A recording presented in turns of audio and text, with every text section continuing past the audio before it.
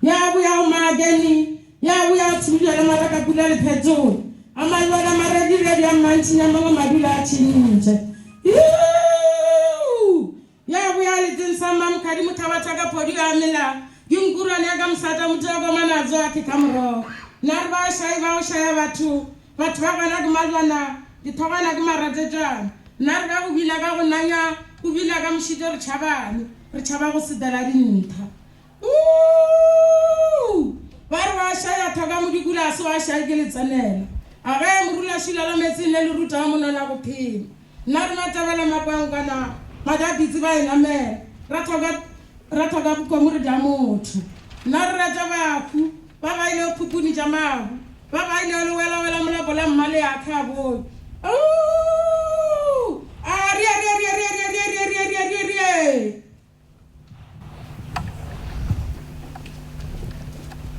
Thank you very much. You may be seated.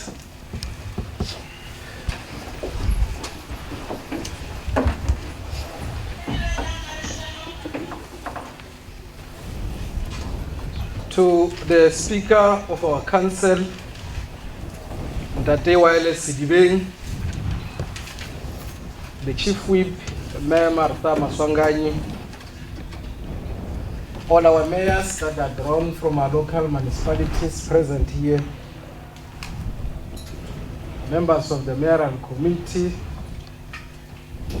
the chair of the local house of traditional leaders, Dr. Hosi Mameto Abumbire,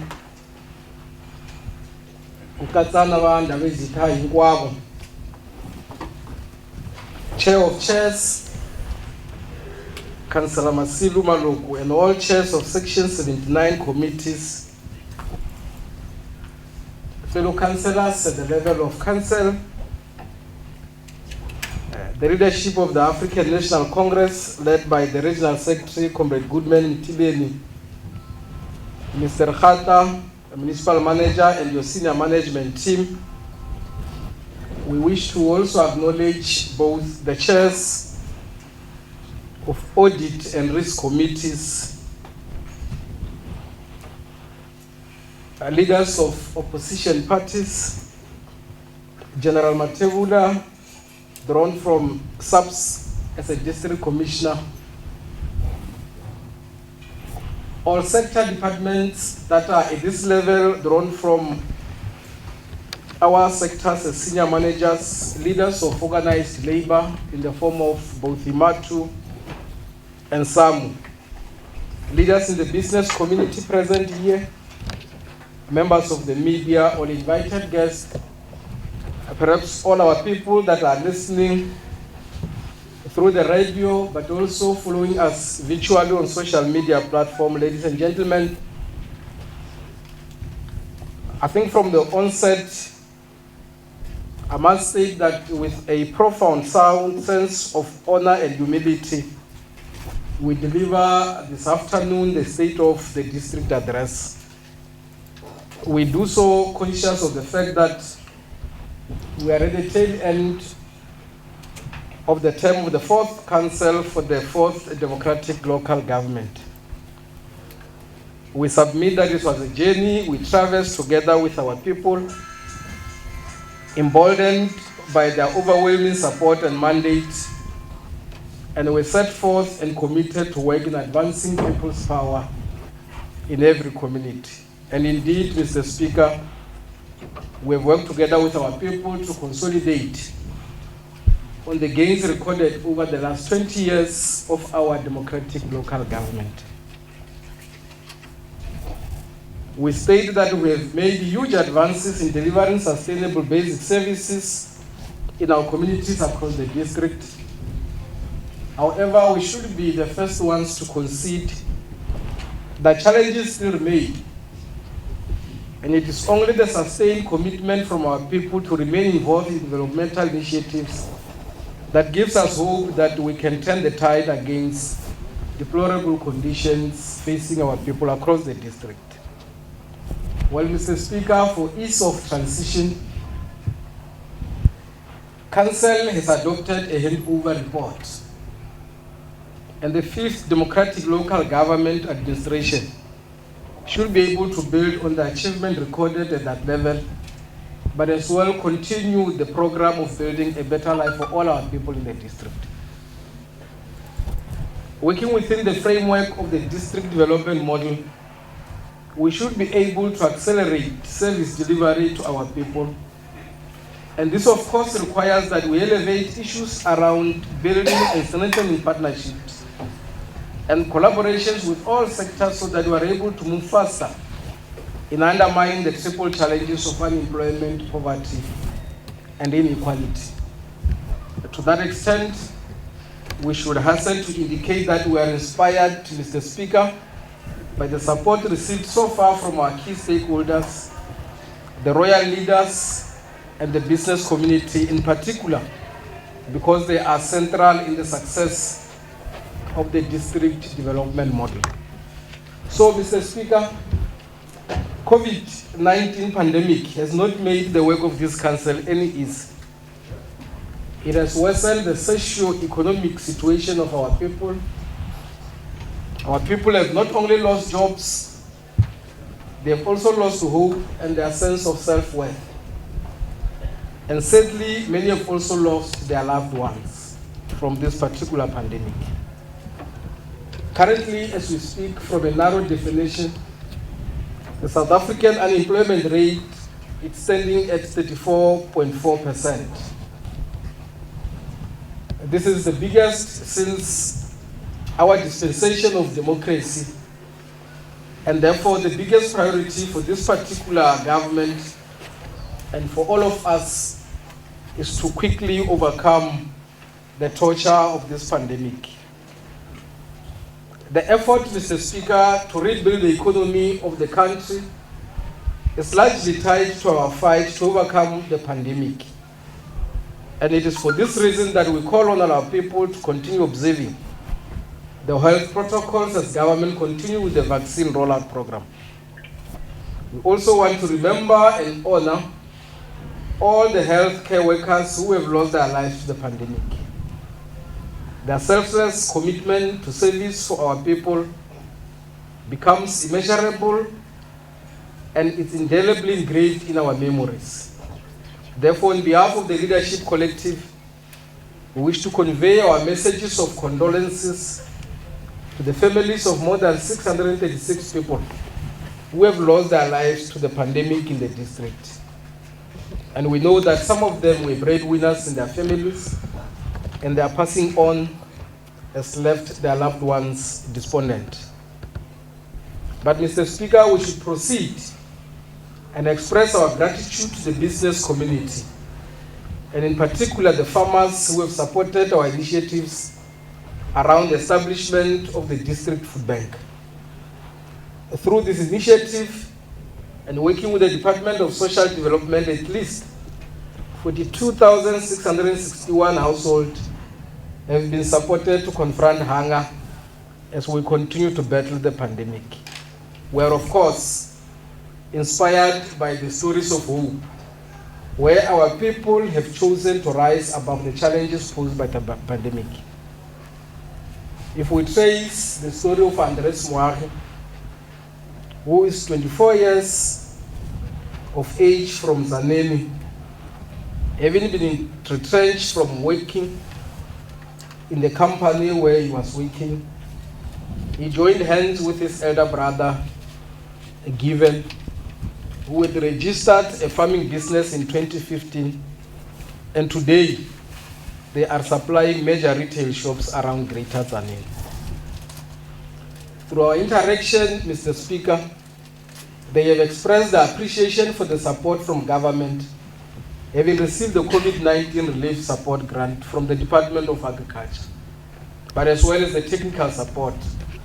At this level, we should appreciate and applaud their contribution to the food security of the district. What is even more inspiring, however, is that the two brothers were able to employ at least 4 temporary workers. This is the time of the pandemic when people were losing their jobs. Fast forward to Greater Giyani municipality in the village of Mzilela, Nomfundo Msibi, tells us the story that it was during the lockdown that propelled her to start a hatchery business. She says that to us that when farmers were allowed to work during the lockdown at level 5, she started doing a research and through the support from her husband started a hatchery business. And to us, Mr. Speaker, this is confirmation that with hope, determination, we can thrive over any difficulties that we face.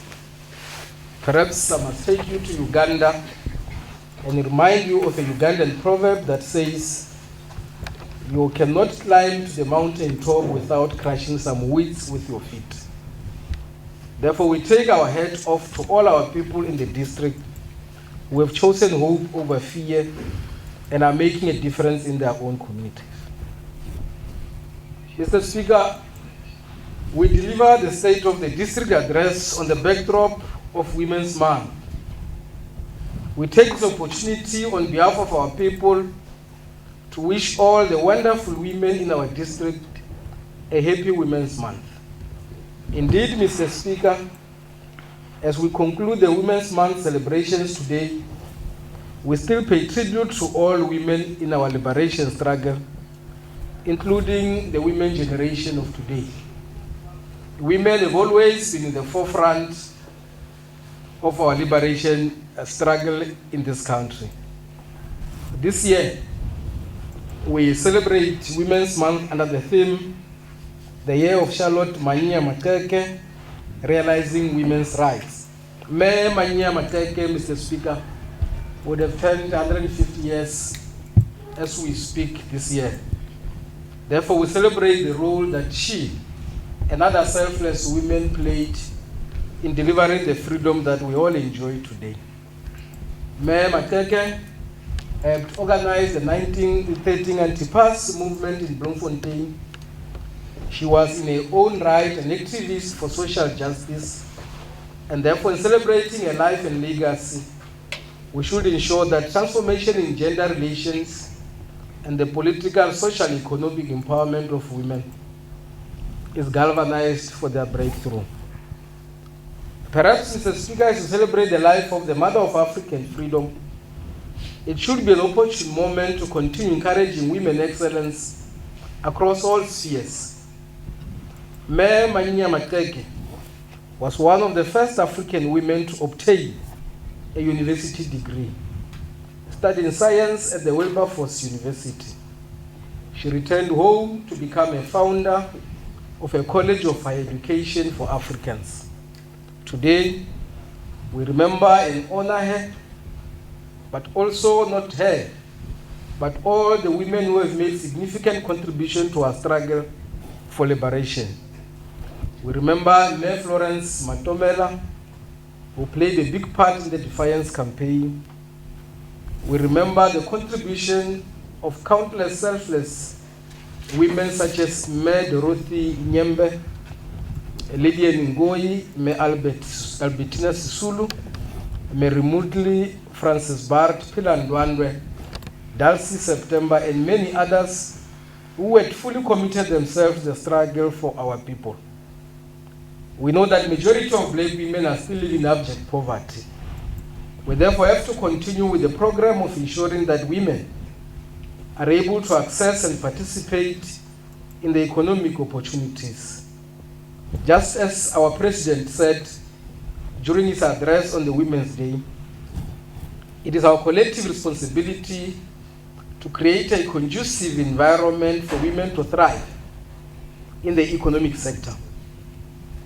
It is equally our collective responsibility to end violence against women and children.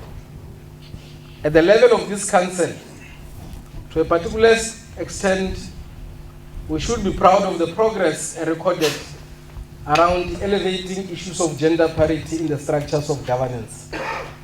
Women, Mr. Speaker, occupy at least 50% of positions while available in the mayoral committee, while majority have also been given responsibility in leading council oversight committees.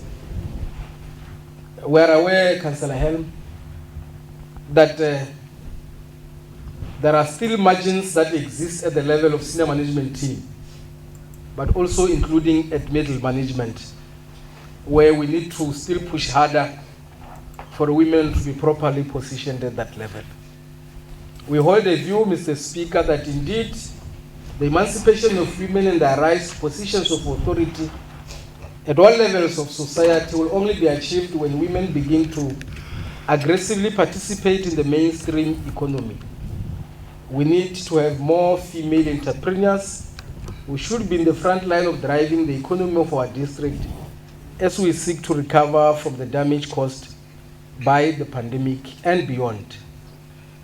Mr. Speaker, we must submit that we have two special guests today on this State of the District address. We have invited Dr. Mwako Stephen Sivopeta, the principal of Rataha Primary School, who has won the Global Principal of the Year award.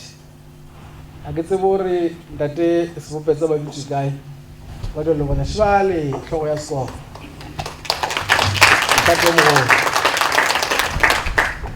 Ke boss la principal al pasi le ka mogano la ba teacher. Dr. Sivopeta is born and bred in the village of Skimin here in Greater Giyani municipality.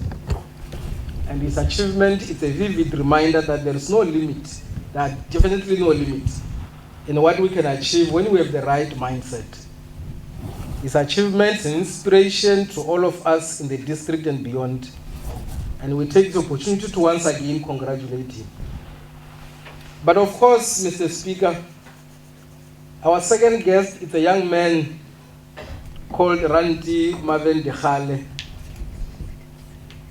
Utwa kasia rena kona mahale koba Phalabora municipality. Ranti o wona mo. Thank you very much. Ranti Dekhale represented South Africa in the 4x4 relay athletics at the 2020 Tokyo Olympics.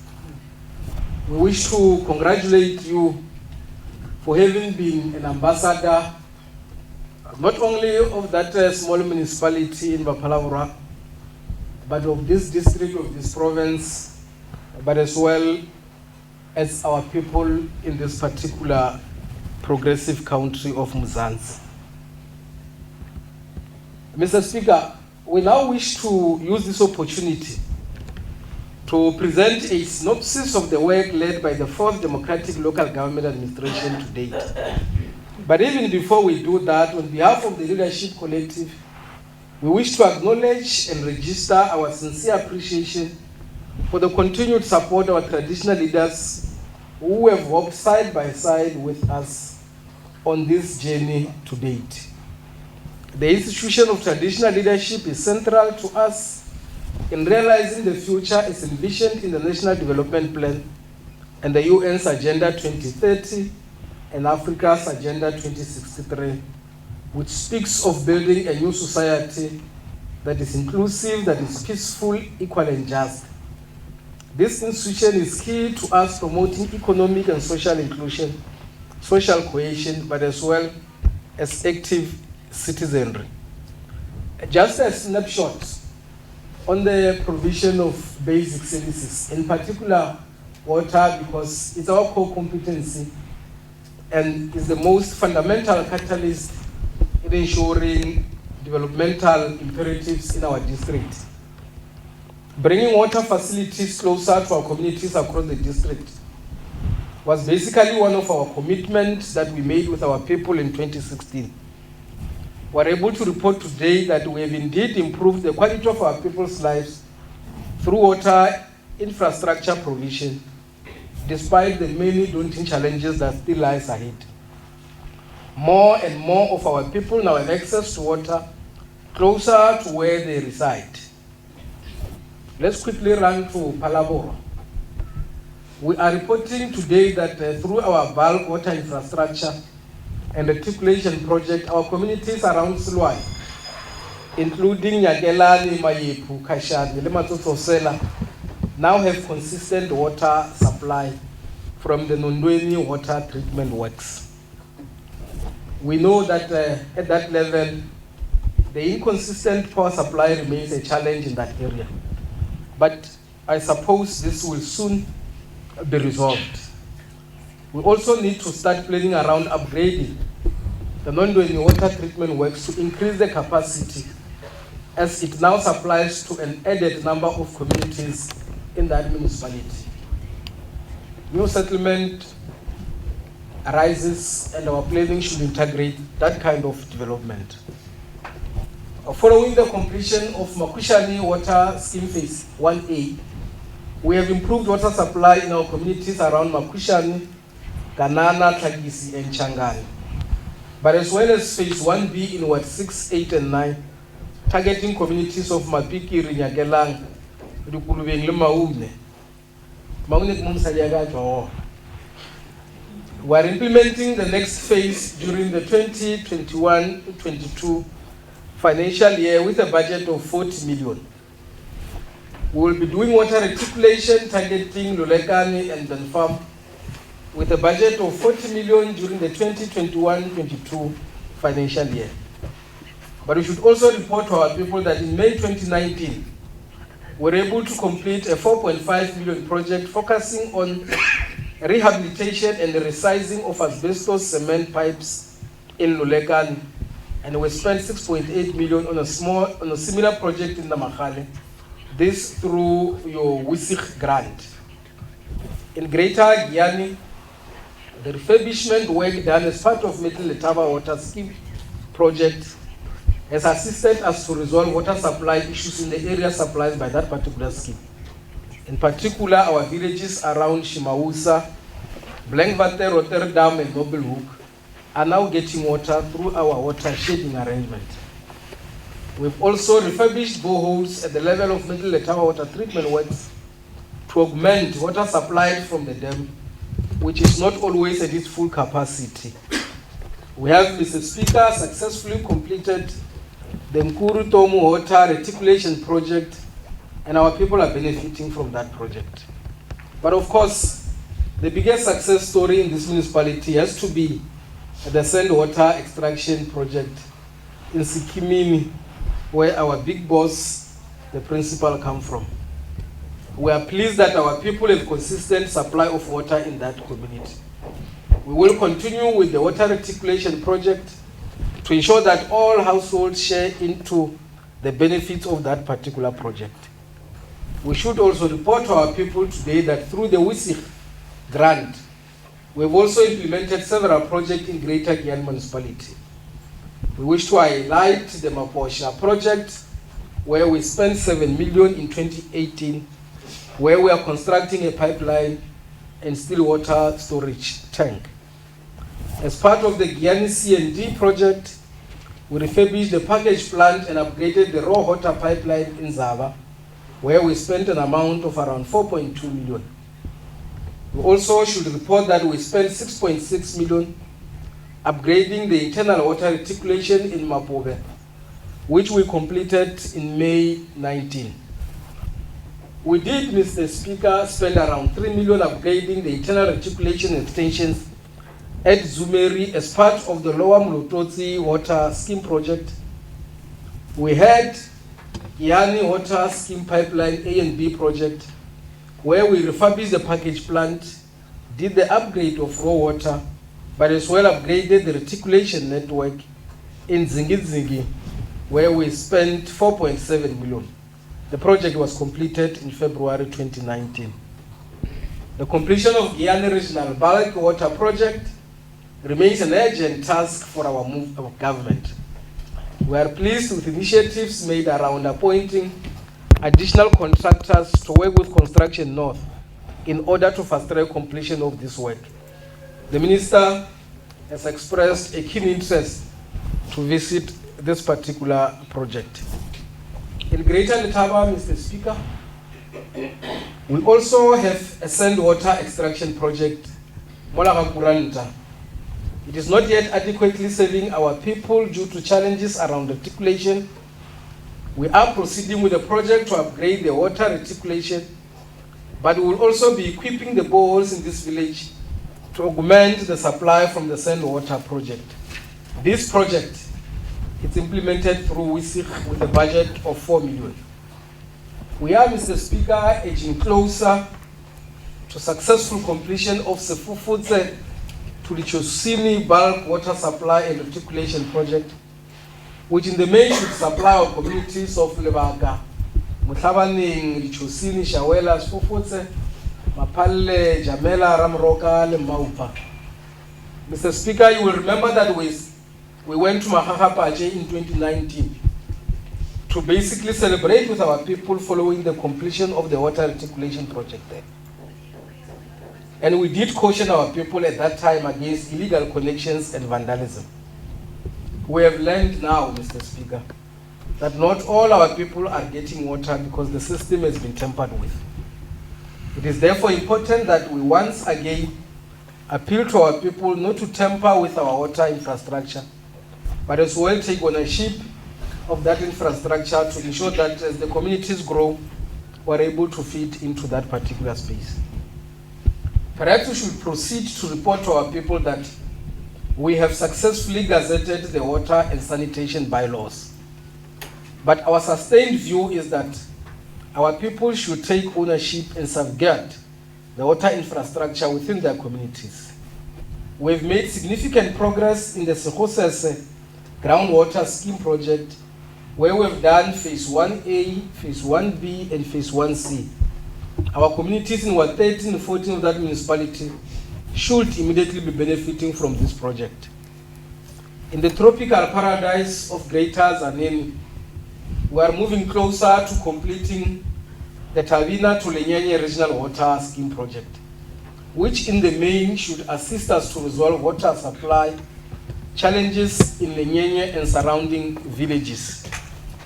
This is one of the biggest projects for the district, for we know that consistent supply of water to Lenyenye Township will boost our efforts around revenue generation, and that the more than 66 villages around that particular space should be benefiting.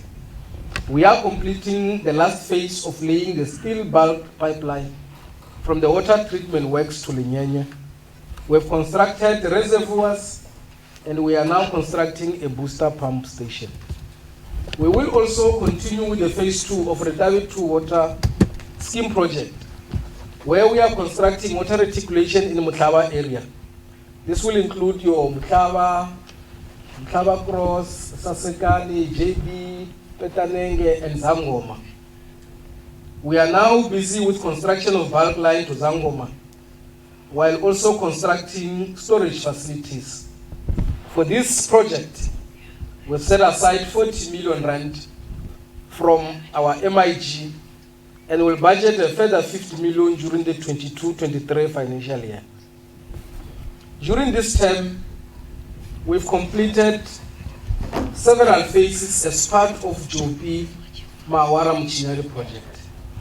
This, I must confess, it's not a good story to tell, because this project has been there for a very long time. And our work around the Water Service Authority, DWS, Lepelle, and all of us should be able to help unlock, but also move faster to help our people at that level.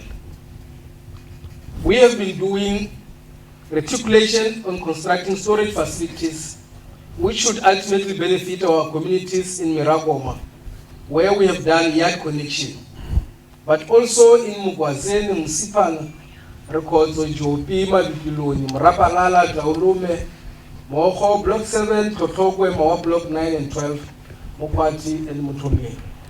Matata project here. Richard Pai to the Mai Navax. Go so single, Arsary, Fitishe, bulk. Raga package. Rahono Arba Grifita. Rahona will shell that bulk, draw from the source. With the work that DWS is now engaging on, we should be able to resolve this. The challenge would be, if the infrastructure stays long in our communities, it will be vandalized. It's a fact. And by the time when we go back, there will be no infrastructure and we will use more money that is supposed to go to Paramashago, where I stay, and we still use it in the same project. So it's a work that we should, all of us, be seized with, so that we are able to make immediate breakthrough. But for the coming financial year, we have set aside, particularly 22-23, 42.7 million for the Jopima Wara Mchinyali project. Therefore, we should be finalizing our work with the Department of Water and Sanitation so that we are able to deal with the bulk water supply to this community. We are also continuing with our work around the Rarea cluster, where we have the Tapani bulk water scheme project. We have recently done in Relela as part of upgrading the water reticulation scheme, part of the bigger chunk of the work. 2018 September, we spent around 1.5 million doing refurbishment and upgrading the water reticulation network and the boreholes at Cllr. We had to terminate some contractors and some engineers at this level so that we are able to make breakthroughs for our people to get water. If you go to Bulama cluster, we have implemented the Tuas Water Scheme project. We upgraded the water treatment plant, which in the main supplies our communities around Tuas, Masuma, Sevilla, Mokapeng, and Parare, but as well as Solani, amongst others. We've also implemented the Tuas Water Scheme project with particular focus on the bulk refurbishment and reticulation. In our wildlife haven, Councillor Helm in Maruleng, where you proudly come from, we all agree that Mamicha Sororo Regional Bulk Water Scheme project is our biggest project in the district, which should ultimately supply water to over 25 villages of our communities in that municipality. Myself and Councillor Helm, we took a tour around the entire infrastructure in Maruleng, where we had a first-hand feat of all the work that we are doing, the work that the Blade Water Utility is doing, the work that Ranch Merchant Bank is also doing, the work that the Department of Public Works is doing, but then brought Mopani as a WSA and start asking critical questions from a water activism point of view in terms of what is it that we should be doing. I must confess that to a particular extent I agreed with Councillor Helm that we must expropriate some farms there. And we are one on that, so that we are able to build the necessary infrastructure that is needed to help the people of Maruleng and beyond.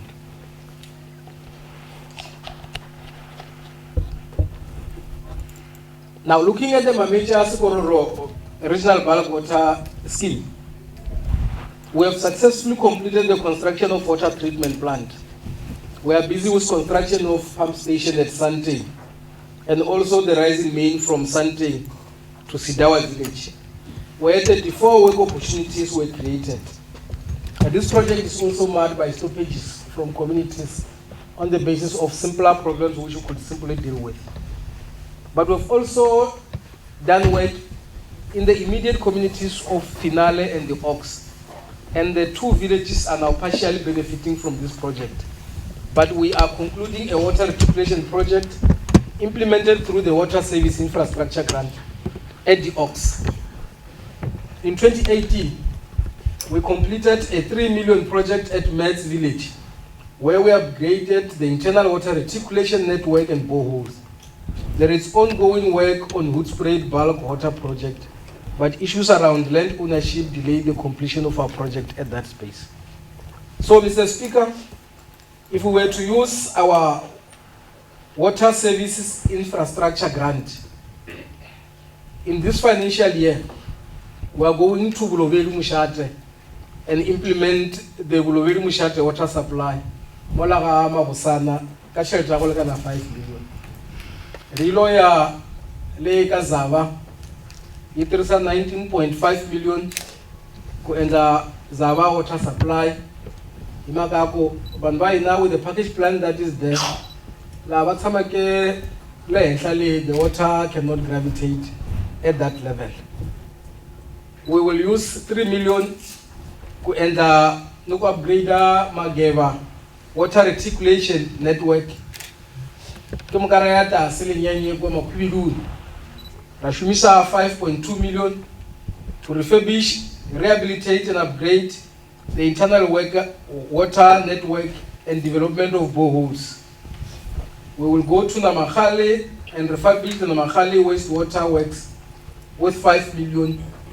Because this has been taking long. Use the 4.6 million to do the Eco Park water reticulation at Skukwane. We must submit, Mr. Speaker, that we have appointed contractors for some of the WISI projects to be implemented in the next few months. If you go to Mariben village, where MMC Malaji comes from, we are at tender stage with regard to appointing a contractor to help our people at that level. So, Mr. Speaker, we did report to our people through various platforms that there was a directive from national government for us to reprioritize the 2019-20 MIG allocation to address the water and sanitation needs in our communities. This allowed us to implement short-term water projects in response to COVID-19 pandemic. We are pleased with the progress recorded insofar as reaching out to our distressed communities. I think we've been to Silwane, to Santeng, celebrating with our people of this short-term intervention. And I think when we really prioritized the 83 million, there were around 39 projects. And out of them, 24 remain operational. But they are beset with challenges. Now, when I got COVID, you needed to act faster so that you are able to bring water. But I can submit seated here that while there is a lot of work done, people are still not getting water, even when we made intervention through COVID projects. Reprioritize the 83 million rand.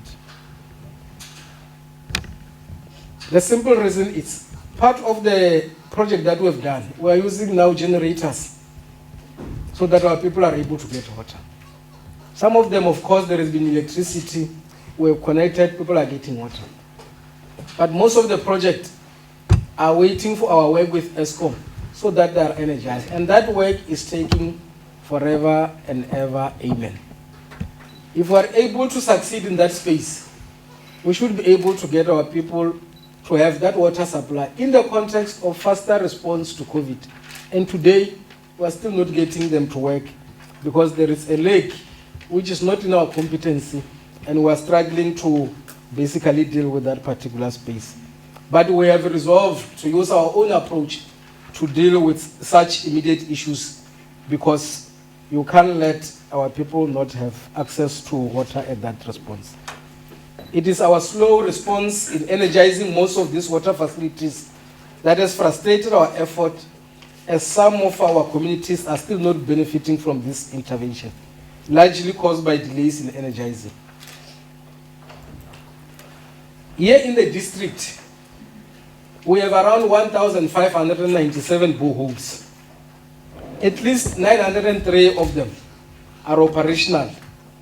We have boreholes that are vandalized, some decommissioned, others needing maintenance, and those that are dry.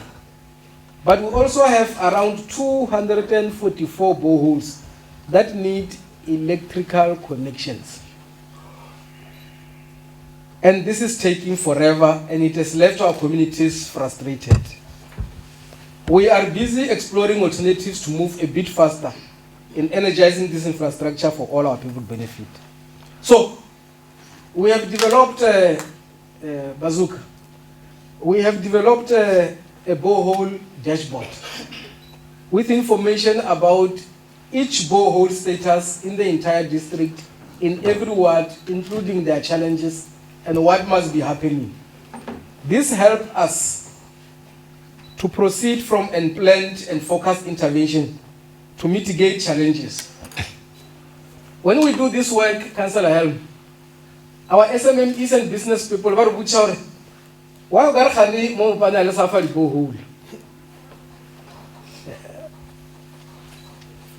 And we said to them, we are trying to plan better. Yele awore okare mopane the supermarket ya borehole must come to an end. You just walk in, wa gra shelf bangwe le gore water, wa fitla wa kgetha borehole ye nyaka o fishwa out. Wa isa invoice mola wa patala wacho. We are government, we should plan better. And when we intervene in our conditions that are affecting our people, we should be able to do so knowing that every little cent matters in resolving the challenges of water. That is why, Mr. Speaker, the Department of Water and Sanitation through Pule will be implementing the Babanana Nkambako bulk water project with a budget of 95 million rand. Work is also continuing on the Guyane bulk water supply project. We've budgeted around 1.5 million rand to work around developing our water demand and conservation management strategy. We've budgeted 750,000 rand for the development of wastewater risk abatement plan. We've budgeted 20 million for the repairs and installation of bulk water meters. For bulk purchasing of chemicals, we've budgeted 40 million. And for borehole spares, we've set aside 30 million. For repairs, maintenance on our water infrastructure, we've put aside 108 million. You will know, Mr. Speaker, as a drought-stricken district, we leveraged on the partnership with DPSA and other private sector players, and we were able to receive water trucks that we are making interventions to our communities. But as well, make our communities at Mapale, Maswanganyi, and others benefit from just such a DPSA gesture. This was a collaborative effort from our municipality, DPSA, MISA, our communities, and other stakeholders. We handed over more than 20 water trucks to our local municipalities so that they are able to mitigate water shortages. We've put aside 1 million to start with construction of fire station at Khapani. But to review the district integrated transport plan, we've budgeted an amount of 1.2 million. If we were to speak dignity of our people, in particular sanitation, in this journey of advancing people's power in every community, we have continued to roll out the sanitation infrastructure to our people. We've been to Lenyenye and we upgraded the Lenyenye sewer treatment plant, which has been a problem to our people for many years. But we are pleased to report that our people today, that we also concluded upgrade at the Guyane and the Palabora sewage treatment plant. We are looking to work around the refurbishment of the sewer treatment works during this financial year.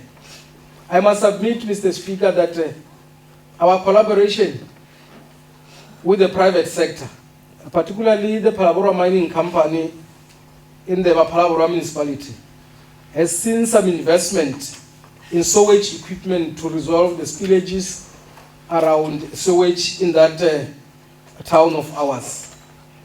In reaching out to our rural communities, at least 14,384 households have benefited from our rural household sanitation, which are already VIP toilet program. And with the 90.1 million budget set aside for the 21-22 financial year, the 5th Democratic Local Government Administration should be able to continue with this work. The budget allocation of 90.1 million from the MIG will be spent as follows. Maruleng, we've put aside 8.7 million rand. Greater Tsaneni, 22.5 million. Greater Letawa, 18.7. Here in Guyane, 20 million, but as well as 20 million in Palabora municipalities. You will recall that all our work is about our efforts around the district space. From a district development model, the work of sector departments, the work of municipalities should find consolidation at this level, and our people should be privy to the workings of government and delivering of services at that level. That is why, even when electricity is not our competence proper at the district, we should be able to report that through our local municipalities, we have continued to work very hard to provide electricities to our rural communities. And we do this because we insist that the local municipalities, which are license holders around energy, they should also be able to explore this independent power producing capacity. And we get off the grid of ESCOM. Now, the Mutlagaso ESCOM, Ugarba Shimano Vara Lohole, Inogora Ikorile, load shedding.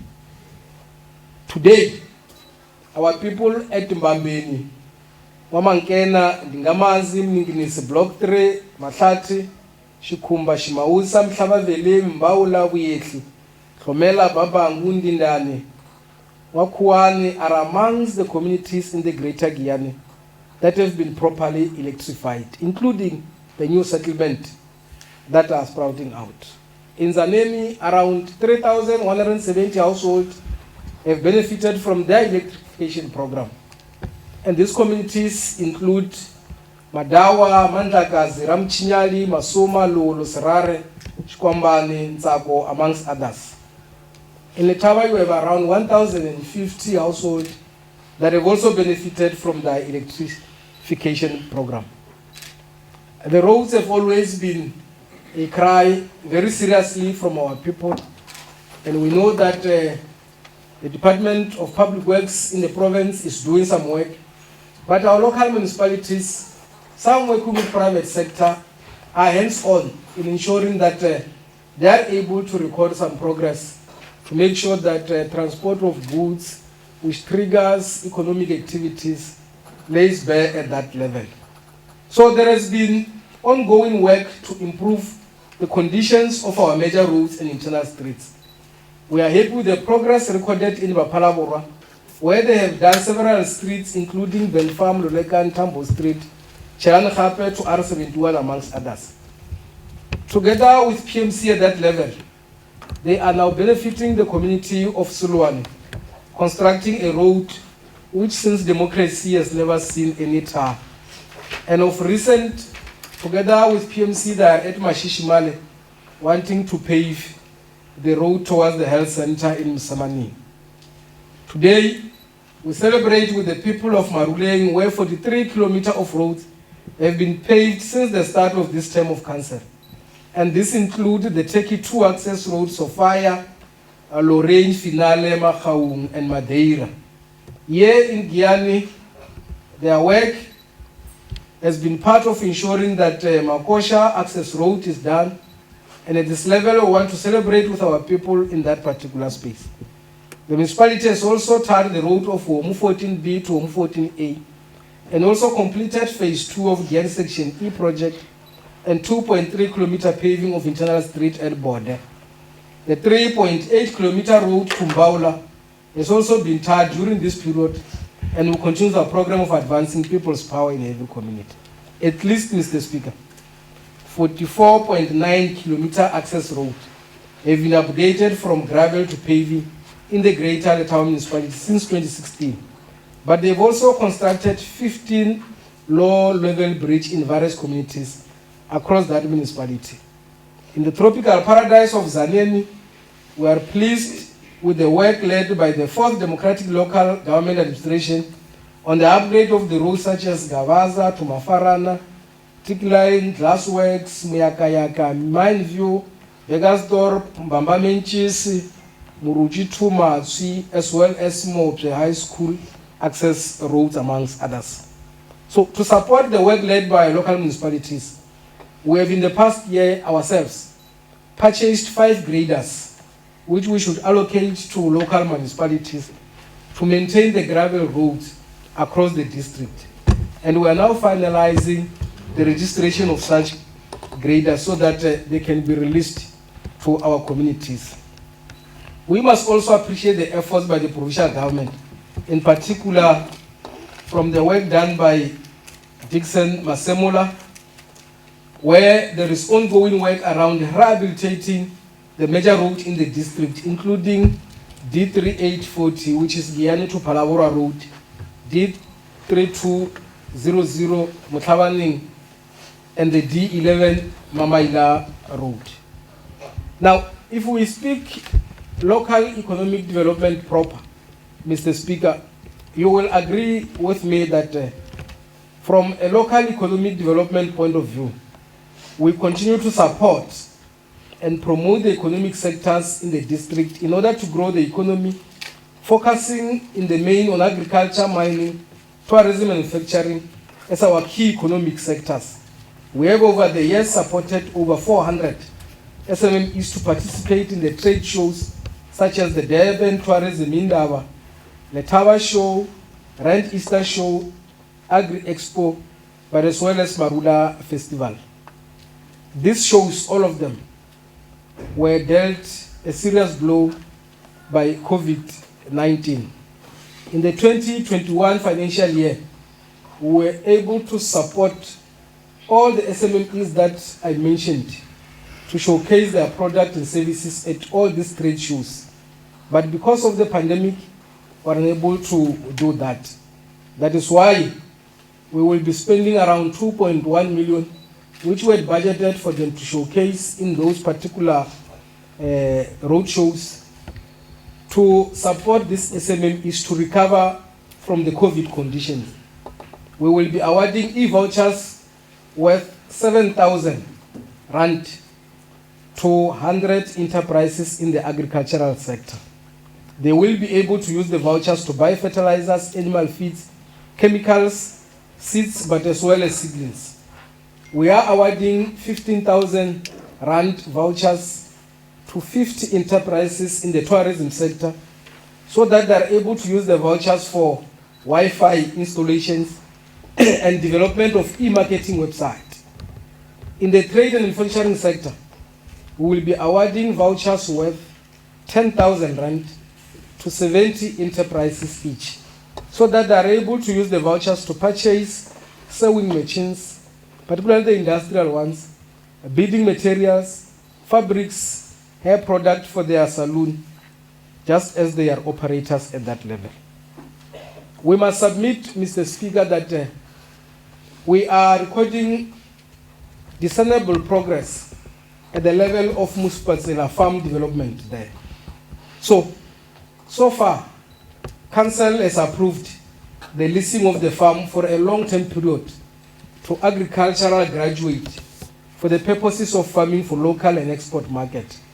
But part of the requirement is that those graduates should be from this particular district and must be in possession of the plant production qualifications. But Council further noted that there is still work that we should do at the level of Cllr, which we must finalize before that lease could come into operation. And this work includes rehabilitating boreholes and perimeter fence at that level. And to that extent, we've put aside 1 million rand for maintenance of that particular farm. We hosted, Mr. Speaker, an inaugural Farmers Consultative Forum in July this year and delivered a single profound message that in the context of the district development model, the agricultural sector must also be better coordinated so that they're able to have a stronger voice in the planning and implementation of projects around the district. It is only when they are better organized that they will be able to influence infrastructure project rollout in the district, which in the main should be responsive to the needs of our people, and collectively we should be able to coordinate this work. We must embrace the initiatives led by FABCO, and we should work around formalizing partnership with this particular sector. Because FABCO is a cooperative for small, emerging agricultural enterprises, should be able to work with us. And we can't run away from such cooperatives because they speak to the actual challenges of our SMMEs in that sector that need the support of government because they are making the most out of their limited resources.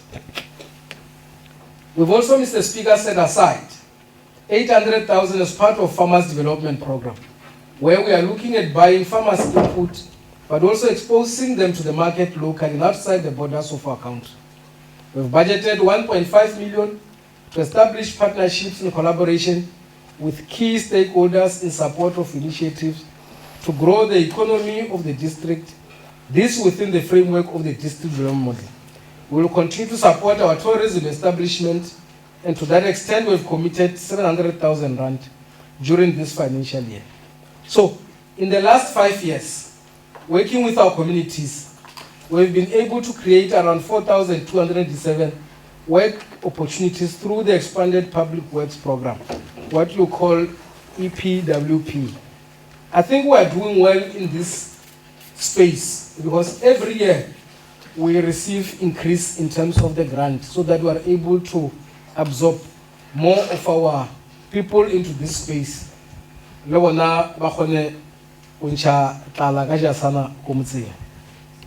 local municipalities, working with other sectors, have also contributed to the creation of work opportunities through the expanded public works program. In Mapalabora, 612 EPWP work opportunities were created over the past 5 years. In Guyana, they did 4,091 and a further 1,738 through the community works program. In Letaba, they did 3,414, and our people continue to benefit from this program. In Zaneli, 6,985 were created, in Maruleng 1,061, and 2,322 through the community works program in Maruleng. This then said to us, in excess of 23,898 work opportunities were created in the district space for the past 5 years. But what is key is the spatial rationale and how we do our land use and planning so that we proceed from an integrated point of view. And to that extent, we have an obligation as a district municipality to coordinate efforts around ensuring an efficient, effective, economic, and integrated use of land space in the district. We will ensure that we review the district spatial development framework with a budget of 1 million, which is set aside. We have further set aside another 1 million to cater and pay for tribunal members as they seek to adjudicate on land use applications. We have plans to assist our local municipalities with township establishment. If you go to Palabora, the Silwani Township establishment, where we will be assisting with the production of the layout plan and general plan for 200 sites, we've put aside 800,000 at level. We're helping Wamidwa Township establishment in Greater Zaneni, where we'll produce a layout plan of around 200 sites. Another 800,000 is put aside. The same will be done at Shiwoko in Ward 4. If you come here in Guyana, we will be helping to establish township at the level of Shibolani extension, where we'll also be producing a layout plan of around 200 sites. We'll go to Palabora and assist with the layout plan for township establishment at Humulani Matikoshkaya. But in Gravlot, our program there has been delayed because we have already done work. And through the land conveyancing process, that is basically taking time, we are not able to quickly find a breakthrough. This project, if successfully implemented, will undermine the apartheid spatial planning. Those of you who normally go to Palabora, you will see a small Dorupi there, which if strategically developed, it has all the capacity to become the heartbeat of this particular district. So if we do that, we should be bringing respect and dignity to our people, because at the level of Gravelot, they will be able to take their kids from a walking distance to a crèche, to a school, to a supermarket, to go to work without spending 50 rand going to and from home. But the biggest program of this democratic government remains the creation of a united, non-racial, non-sexist, democratic and prosperous society. Through this project, we wish to create a sustainable, integrated human settlement where our people, united in their diversity, will have a much improved access to socio-economic opportunities. But the project also creates an opportunity for Wapalawura municipality to widen its revenue collection base and becomes a catalyst for improved service delivery. But you must then come back, Mr. Speaker, and say, if we were to unleash these developmental initiatives, to what extent are we organized from an institutional point of view so that we are really able to lead efforts around social transformation and organizational development? Today, Mr. Speaker, we are reporting to the people of Mopani that we have been able to appoint additional firefighting personnel over the last few years. And through our engagement with organized labor, we succeeded in introducing flexible shifts in the department. When we did that, we saved millions of rands in overtime payments. Through the Executive Mayor's Bursary Fund, we have assisted 242 students to pursue their studies in institutions of higher learning. This as part of our continued efforts to promote education and skills. Of these 242, 70 of them are recent beneficiaries, and they are all over the institutions of learning, whether it's your university proper, University of Technology, or your FETs. We've also assisted 50 graduates on the internship program, and over 100 have been assisted through leadership programs implemented with our institutions at the level of CTA. A further 10 civil engineering graduates are temporarily employed through the grant on rural asset management system. We have, over the years, Mr. Speaker, donated hundreds of wheelchairs and other assistive devices to our people with disabilities as part of special programs led from the Office of the Executive Mayor. Through the generosity of business community, we have built decent houses to at least 9,000 households. 9 households since 2016. Just yesterday, Mr. Speaker, we celebrated with the family of Ramatali in Mandela Park, Ozaneni. I think we have to appreciate the contributions of business people from this particular district who continue to appreciate that they exist within communities and have to contribute to the improved livelihoods of our people. Mutako a ju la bala Ramadali ndwela re ri bula ma speaker. Ala business is not working yet Mopani mo masipaleng. Ala tender re mo fileho, just a community business person who out of his own volition was able to help. And I don't think he expects us to give him a tender because we're not into the business of that. When we help our people, there can't be any expectations in return. We celebrate with the people of Apalabora on the completion of Cllr Sports Complex, as well as Mashishimale Sports Complex. The refurbishment of the Namahale Stadium is continuing as we speak.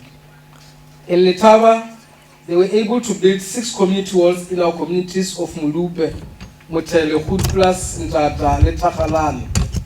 We have witnessed the update of both Nkwankwa and Nyenye taxi ranks in the Greater Zanani municipality, the upgrade of the 2 sports facilities in Beggersdorp and Julesburg, the construction of Relela Cluster Community Hall, and the running late cluster sports facility. Here in Giani, Nini Lugba Aka na Guheta Tomo Community Hall, Komaruleng Stadium Chepeli Riahilo during the past 5 years, Yakarecha Riholo, Chako Buchwana, Willow Siteki 3, Mushata, Buchavero.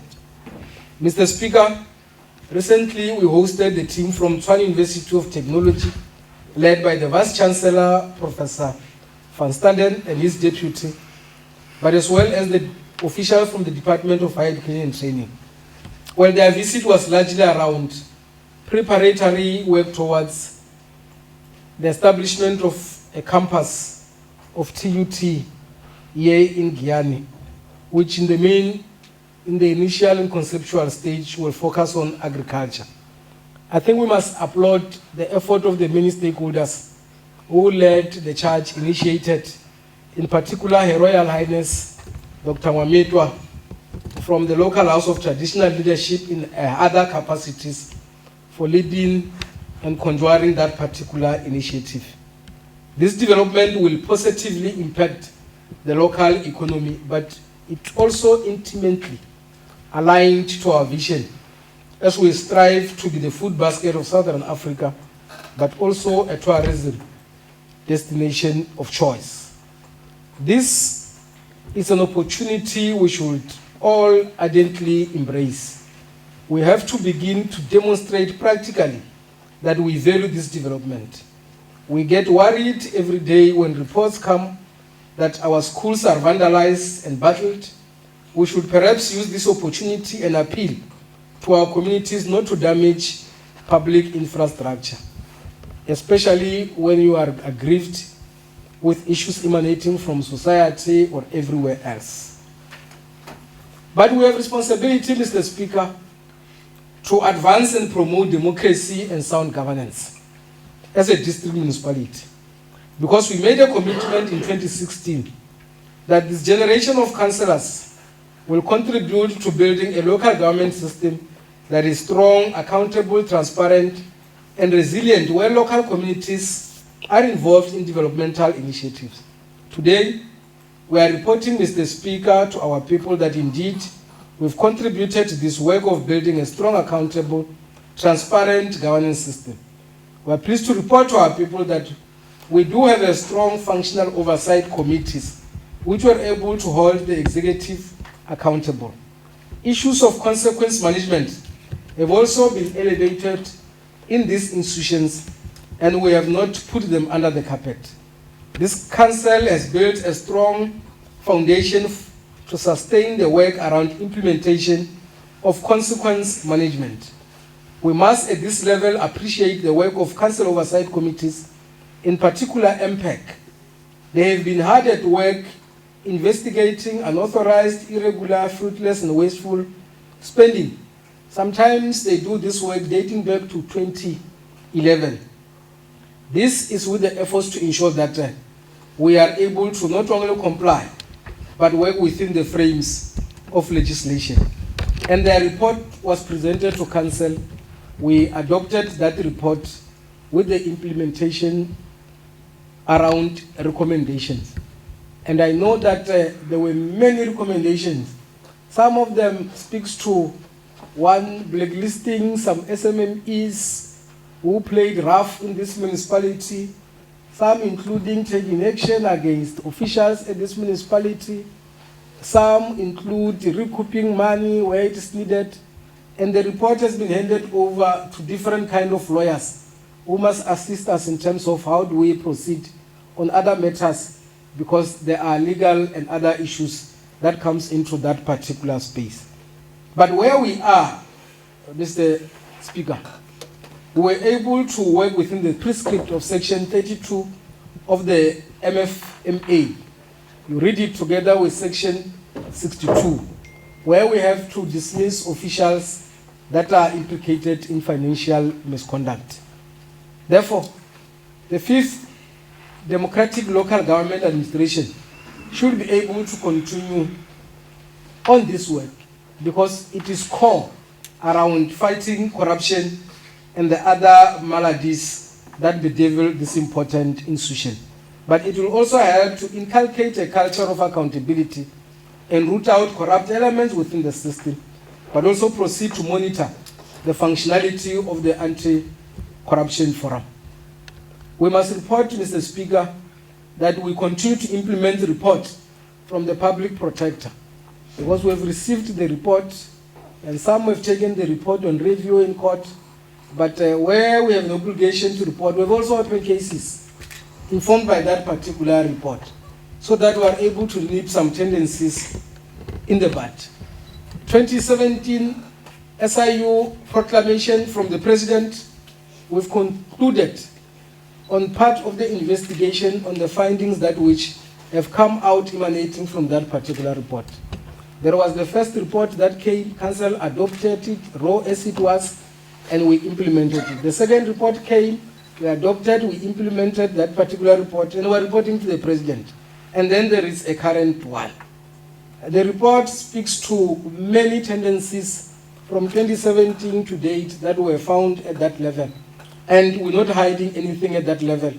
And soon, that work should be made public in terms of whose hand has been in the cookie jar and what work have we done at the level of council to ensure that we salvage the few resources from our people. We have begun work, Mr. Speaker, to instill a culture of performance management within the institution. Here already, must be a thing of the past. Whether you are a junior official, middle management, you are a senior manager,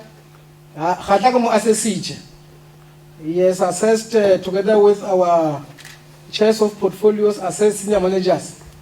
Junior ones, I suppose they are signing their performance agreement. We should be able to know what is it that you do for the purposes of helping our people and demonstration that we care a lot about these important resources that they have entrusted on all of us. Therefore, we're able to use an unmediated communication with our people to promote participatory democracy. Even under difficult conditions of COVID, we continued Imbizo programs socially, engaging with our people when we implemented our medium-term strategic framework, otherwise espoused in our IDP as our program of action, which is centered around improving the lives of our people for the better. And to this extent, we wish to thank the community radio stations, particularly the local ones and the ones in the province, that have always been following our work, also picking and elevating issues which the communities must be able to engage on, in particular during the trying conditions of COVID. We are happy, Mr. Speaker, that here in the district there is no municipality that has recorded a disclaimer or an adverse finding from the AG's work.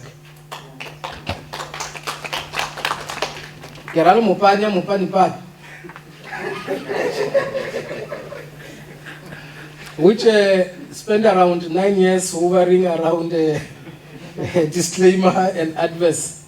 For the past 2 years, they salvaged qualified. And I get a sense, Mr. Speaker, that you are saying we should be unqualified. Just on Sunday in the evening, we had our first audit steering committee meeting where we went through the annual financial statements, which must be submitted by today because there is no extension at that level. And we think the work that our officials were able to present, an interrogation that we're able to make, and the further work that must be put in that space should be able to put us on good state. Qualified consistently. Why they don't get a clean audit, it still beats us. You go to the tower, consistent, unqualified. Why they don't get a clean one, so that you inspire even some of us who are struggling. Zaneni, sometimes see green, sometimes see orange. They will proceed to unqualified, they will go to qualified, and they've done unqualified. We think they either must stay there or proceed. The same applies to Guyana. They have now gone to unqualified. Look, boy, and maintain that space.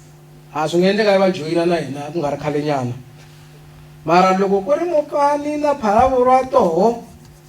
2 years qualified.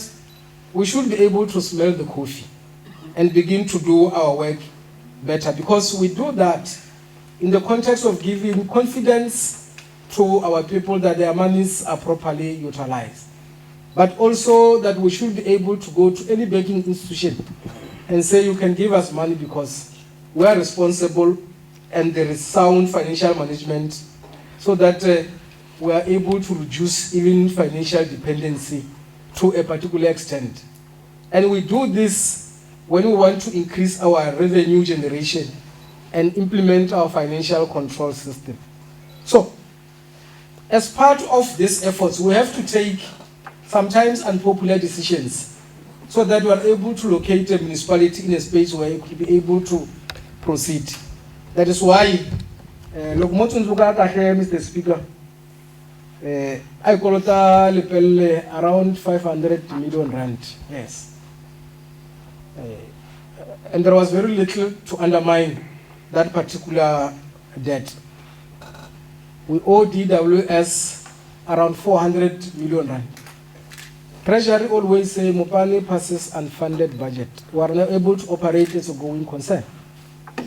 Now we needed to take an popular decision so that we begin to unbundle and locate the municipality in a space where we should be able to account for the work that we do and proceed to pass a funded budget. So, in order for us to increase revenue, we realize that the charges that which increases the debt with Lepelle are located at Unkuankua Waterworks and Mojaji Waterworks, which were run by Lepelle. And we took over those two important schemes. They are now run by ourselves, and we've saved a lot of money. I'm advised that Lepelle, the minister has appointed a new board at Lepelle, and we want to congratulate them. We had a proper working professional relationship as a district with the outgone board, and we think the new board will be able to pick from that level. Because when we presented our case to the board and Lepelle, we all agreed that there are areas which we should be able to manage. You know, Lepelle was also collecting interest, having appointed lawyers who were also doing work on their behalf, which was increasing the debt book all the time.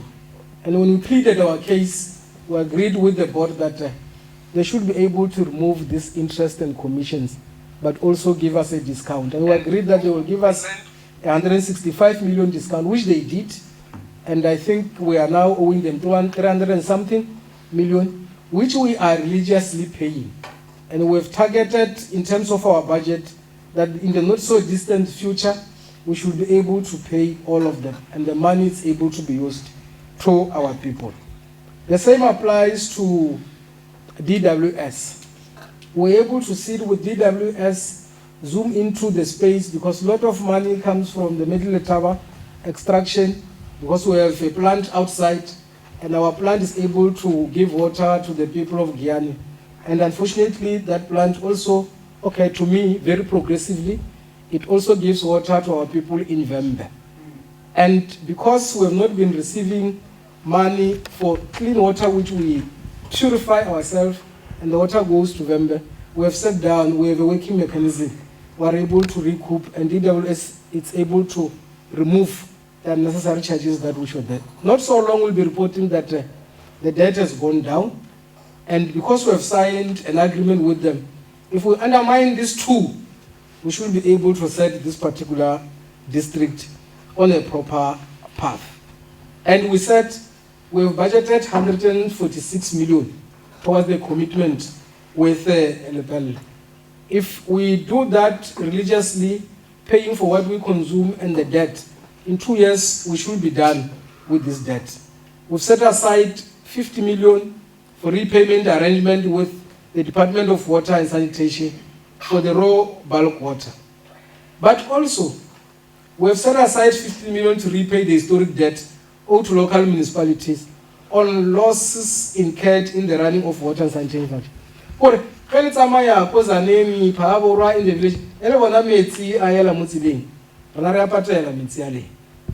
village, and we are able, through our SLAs with the local municipalities, manage those kind of issues so that our people are able to have water. But the AG was very frank with us, Councillor Helm, that this working arrangement with locals does not help either of you, including our people. And that is why we are going to take over the work of providing water to our people. Because the arrangement we have with local, it's not helping it. As we speak, just on Sunday, the transaction that we do with local municipality is also not completed at the level of the AG, because we can't account for the water loss and the monies in between and all those things. And in the main, Mopani end up with a bigger debt. But also, we should be able to take responsibility as water authority when our people do not get water. We are working better with our local municipalities, and we have resolved that we must separate the water and sanitation transactions in local municipalities. We appointed the billing administrators who are working with municipalities, but the problems still are not resolved. I'm raising this because in terms of the current water service provision arrangement, which the AG has been engaging us throughout, it is only when we take over. In Palabra, we're at an advanced stage. We've put out systems so that when we take over, we're able to get those revenues so that we're able to improve on the infrastructure and our people get sustainable water. It's only when we do that that we should be able to conjure even a recovery plan. But that is why those bylaws and we begin to engage. We targeted around 18 communities where they are getting water 24/7. Maravazaki. Now, what do you do if you are a municipality? When you pay for water, and at the level of Mashishimale, there is a Shayi who's a professional who get water 24/7. We should be able, as government, work with our communities to ensure that for every drop of water, those who have capacity to pay must be able to pay. The indigent ones must be able to register, and we are able to give them the allocation, and we'll deal with the problems as and when they arise at that level. That's the only way to make local government as everyone's business. That is why in our recovery plan, we've put aside strategies that relate to restructuring the budget to restore the financial viability of the municipality. We even review the tariff policies. We implement the revenue enhancement strategy, which we adopted at the level of council. We deal with the cash management strategy, including the human resource management, which need a review of the current organizational structure and align capacity to improve service delivery, but as well as water management and water losses, which we are experiencing. We will be appointing debt collectors. We will be appointing debt collectors to assist in recovering the money owed to us. In our other capacities, when we speak broadly for municipality, the money that is owed by household, commercial, including state organs, run around 10 billion just here in the province. And that money is there. Should that money come into this particular space, we should be able to go into the same communities and intervene. So as we gravitate towards closure, Mr. Speaker, you and I are concluding our term of office at this level. And I am sorry to report to you, Mr. Speaker, that we've lost many, but I select to introduce only 5 distinguished servants of our people that we lost in the context of the work that we've been doing. We lost Councillor Manyama, MF. We lost Councillor Mahasha, NM Guru, if you know him. In January, we lost Councillor Anasono, who was the mayor at a particular time in Bapalabora. We equally lost Councillor Mtombeni, TN. And at the start of this month, we lost the great Igwe, Councillor Mage. We equally lost many officials succumbing to COVID and other ailments, but we single out our senior manager at this level, Jeffrey Lebepe, otherwise called Mugesh, who was responsible for corporate services. But I must also submit Rakesh Mahoshi Obama Parangwe Amanchi. In this instance, we can single out S Hoshi Skororo, who was an active member of this council. He served and contributed immensely in the governance portfolio committee. At a particular time, we characterized his life as that of a true champion of development. And at our level, we have the inherent responsibility collectively to ensure that in their memory, will continue to deliver quality services to our people, and may their souls continue to rest in peace. We wish to take the opportunity, Mr. Speaker, to thank the people of Mopani for the privilege they've given us, together with all of you, as we gravitate towards local government proper, our term of office coming to an end. If you get extension, good luck. But also take the opportunity to wish and thank all council members, in particular yourself, Mr. Speaker, for guiding all of us over the past 5 years. You must also allow me to thank the Chief Whip of the ANC, Memar Tamaswangani, for leading our caucus of the majority in council. But members of the mayoral committee have also done steering work, gravitating towards council in executing the mandate of our people. We do appreciate their effort also. But I must also send sincere gratitude to the entire administration led by the accounting officer, Mr. Kwait Khatla. Together with your senior management, you have been the frontliners in executing the program of action in this municipality. Our colleagues at the level of the opposition benches, Councillor Helm, Bazooka, Lemanjaro, your contribution has been very much helpful in building a Mopani that all of you want to be proud of. And we can't undermine those particular contributions. So, as we celebrate this many achievements and the work that is still ahead with our people, we are also aware that there is a lot that must still be done to our people, which need all of us to once again unite and continue to work to advance people's power in every community. We therefore call on all our people to continue to be actively involved in the developmental initiatives in our community, because local government is indeed everybody's business. Let's make it work. Thank you very much.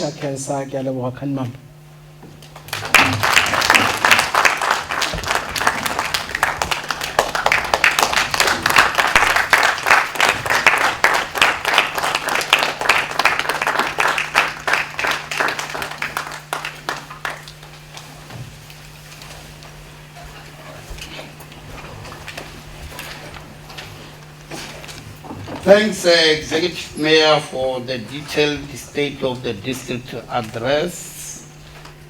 And from here, let me get announcements. Announcement is Ngobe.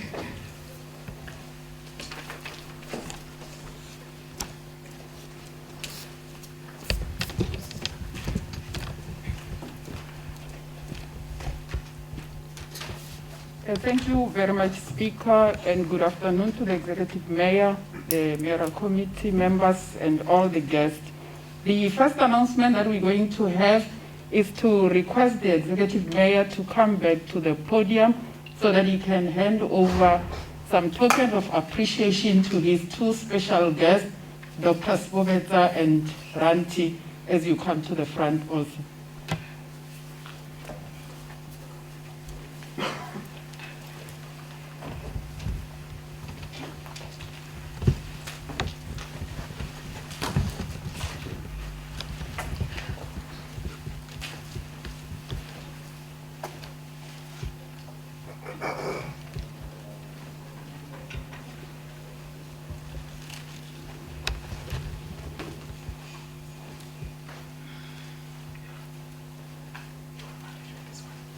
You can start. Yeah.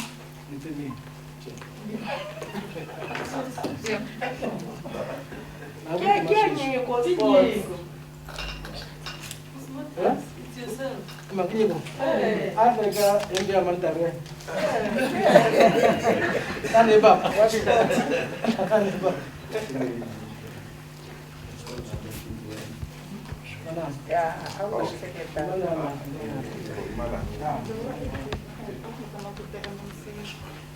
Education, community services. Oh,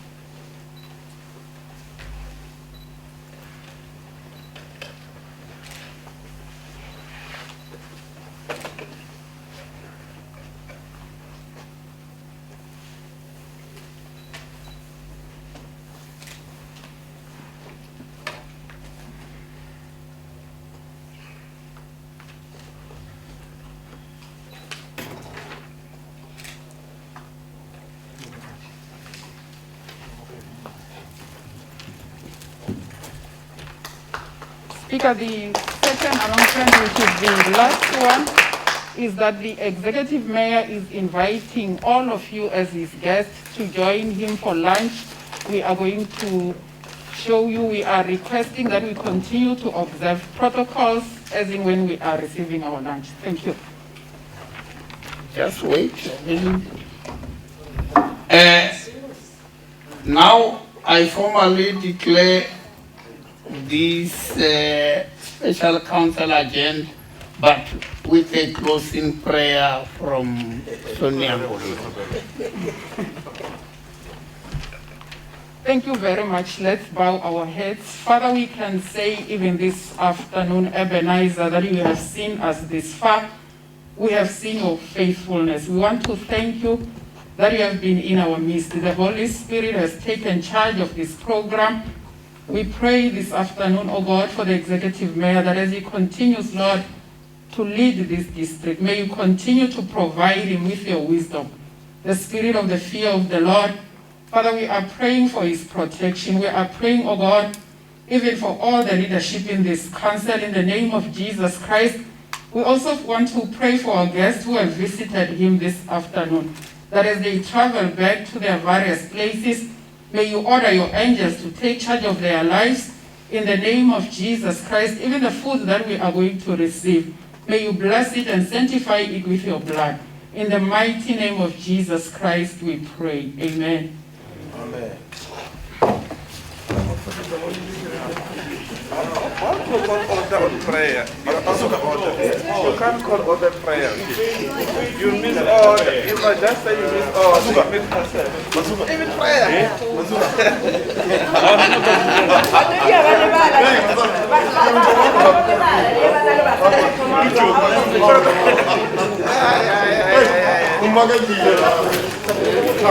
Hey, hey,